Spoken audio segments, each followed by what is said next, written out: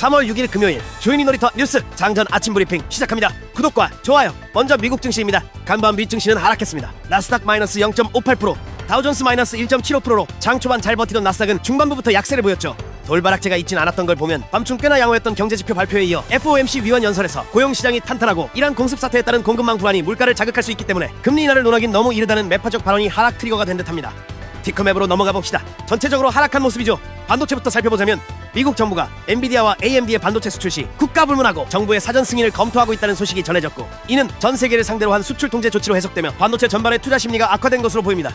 그 외에 금리 인하 지연 가능성이 높아지고 비만약 특허 만료에 따른 복제약 우려감까지 겹친 바이오도 하락했고, 방산, 암호화폐, 태양광 등 대부분의 섹터가 약세를 보였었네요.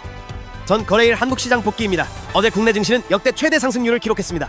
코스피 플러스 9.63%, 코스닥 플러스 14.1%로 지수 산출 이래 최대 낙폭을 보였던 전일의 충격을 단 하루 만에 모두 되돌리는 기염을 토했는데요. 지수가 마치 테마주 혹은 잡주마냥 움직이는 이례적인 변동성의 장세였습니다.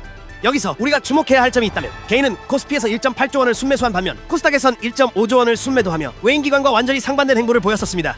특히 외국인과 기관의 자금이 코스닥으로 급격히 이동하고 있다는 점도 시사하는 바가 큰 것 같네요. 한동안 수급의 질과 방향성을 냉철하게 따져봐야 할 시점인 것 같습니다. 섹터별로 살펴봅시다. 사실상 지수 폭등과 함께 전 섹터가 강세를 보였었지만 눈여겨볼 부분이 있다면 전쟁 우려가 완화되는 분위기 속에서도 방산과 원유 관련주들까지 동반 강세를 보였다는 점입니다. 우선 방산의 경우 단순히 전쟁 리스크의 수혜를 넘어 최근 글로벌 시장에서 전쟁으로 입증된 기술력을 바탕으로 추가 수주라는 실질적인 모멘텀이 호재로 작용했었고, 원유 관련주 역시 장전에 전해진 이스라엘의 테헤란 대규모 공습 시작 소식에 유가가 즉각 반응하며 반등한 모습이었습니다. 지수 반등과 불확실성에 대한 해지까지 두 마리 토끼를 동시에 잡으려는 복합적인 심리가 작용한 것으로 풀이됩니다. 다음 한국 증시 전망입니다. 오늘 우리 증시는 마이너스 2% 부근의 개파락 출발이 예상됩니다. 미 증시 하락폭이 그리 크진 않았지만 지수 대비 반도체 하락폭이 컸었고, 코스피 야간 선물 또한 마이너스 3%가 넘어갔었기 때문에 오늘 우리 증시에서도 공포감이 완전히 가시지 않은 분위기 속에서 반도체를 중심으로 대다수의 섹터들이 시초가부터 약세를 보일 듯합니다. 다만 뚜렷한 악재가 있던 것은 아니기에 장중 돌바락제가 출몰한다거나 미국 선물이 큰 폭으로 빠지지만 않는다면 시초가부터 개파락폭이 클수록 방향을 어느 정도 돌려주지 않을까 싶네요.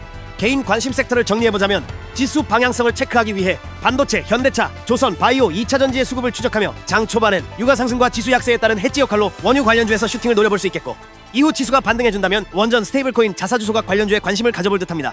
개인적으로 코스피보단 코스닥 위주로 건드릴 것 같네요. 마무리해보죠. 우리 증시는 연속해서 역사적인 증시를 마주하니 신기하네요. 뭐 어쨌든 오늘 지수가 개파락 출발할 것으로 예상되는데 뚜렷한 악재가 없었던 만큼 되돌림을 기대해볼 수 있을 듯합니다. 다만 아직 개인들의 공포감도 남아있고 금요일엔 매수세보다 매도세가 많이 나오는 경우가 많다는 점도 염두하셔서 예측하기보단 상황을 살피며 대응하려 노력하시고, 그럴 자신이 없다면 비중을 줄여서 매매하시는 걸 추천드립니다.